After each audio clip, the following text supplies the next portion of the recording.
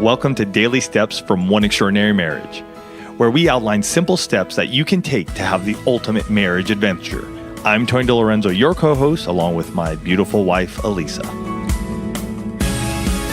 In today's show, we answer the question, am I out of my mind for changing my mind about having kids?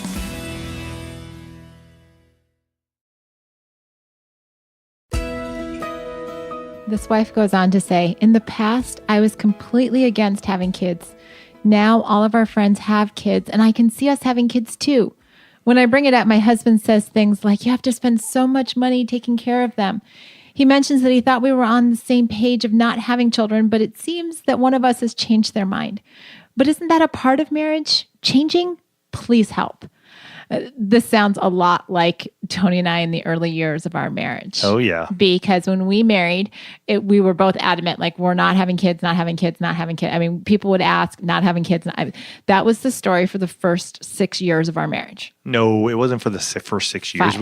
We had our first after 6 years. So it was probably like 5 years. I would say probably within like 3 years, we were pretty adamant. And then like the 4th and 5th year, you're sort of like, well, should we? It would be fun. I want a kid now. So all that to say is that yes, is change a part of marriage?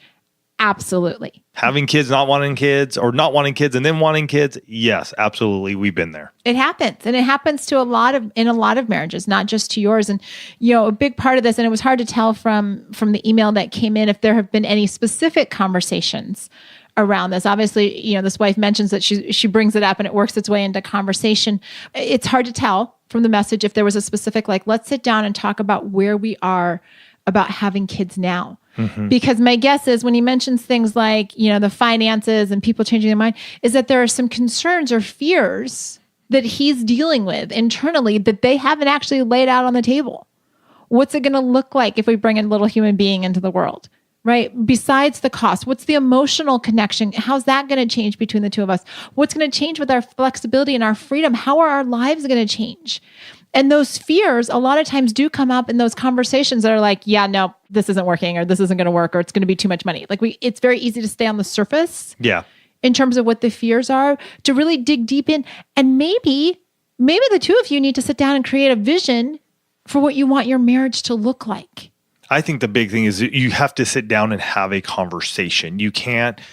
Either of you can't just be sort of willy-nilly like, oh, our friends have a kid. Isn't that so cute? We should have one. That doesn't work because you're catching your husband off guard most of the time, I'm sure.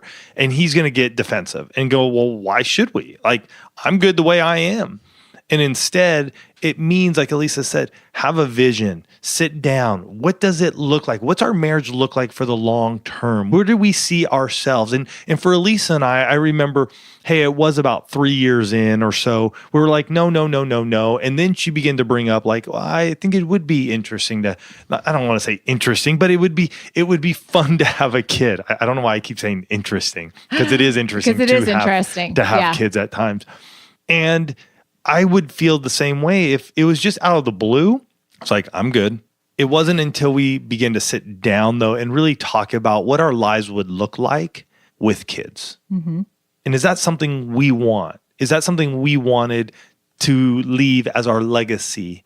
What does that look like? And honestly, even at that age and at that time, couldn't really tell you much of what I can say of what that looked like too far off, other than I could see myself being a dad and raising kids and wanting to experience that in my life. Hey, are there going to be concerns about kid costs? Yeah. Luckily, the cool thing is that they don't really incur a huge amount of expenses until they get older.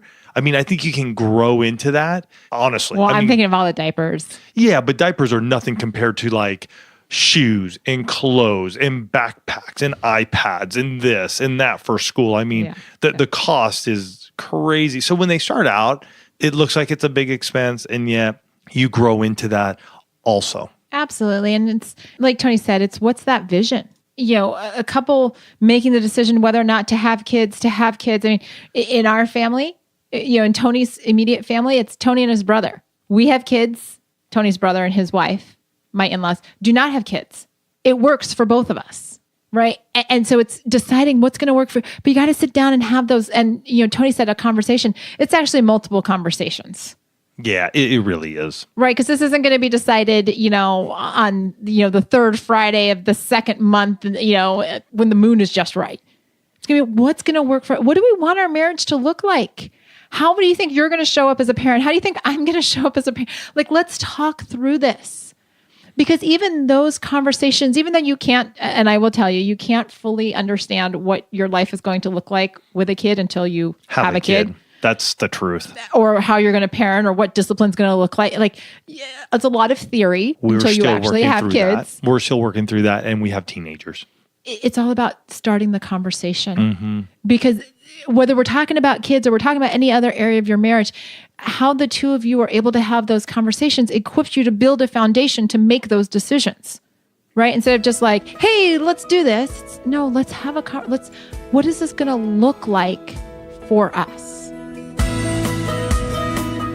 To create your own marriage vision, check out the Vision Planner at oneextraordinarymarriage.com/vision planner.